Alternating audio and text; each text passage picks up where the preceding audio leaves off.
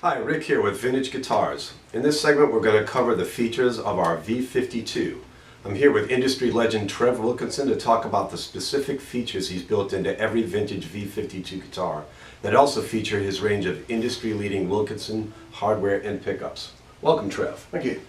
This is our V52. It's one of our most popular models. Why don't we start with the bridge? Sure. It's a great feature. Sure.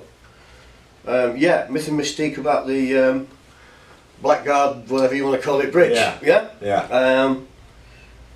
I think a lot of people forget that this really does need to be steel. And it needs to be cold roll steel.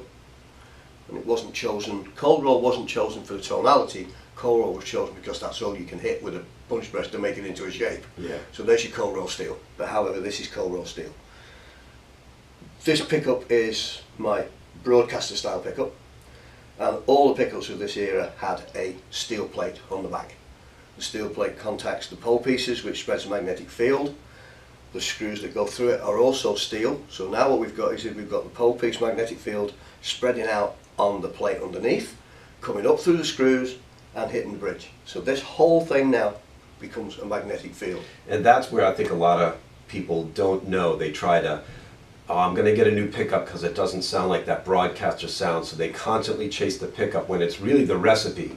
It's the combination of the bridge and the screws and the backing plate that really is key to the sound, on top of the magnets that you use. Exactly right. Yeah. Exactly right. It's the whole recipe. Exactly right. Exactly right.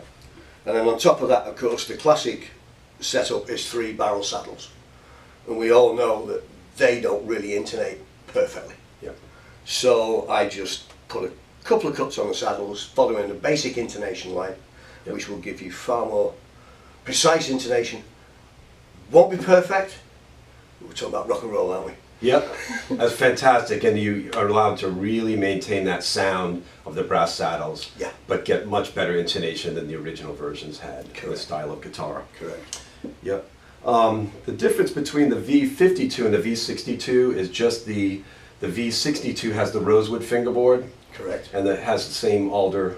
It's the same alder body, 2-piece centre joint, but the difference is the pole pieces and the back pickup are raised, which is what happened in the 60s. There you go. And that's the biggest difference. Just changes that little magnetic structure. Would it have been a lot easier to just change the color, throw a rosewood fingerboard on and keep the same pickups, but you chose to make them specific to those years?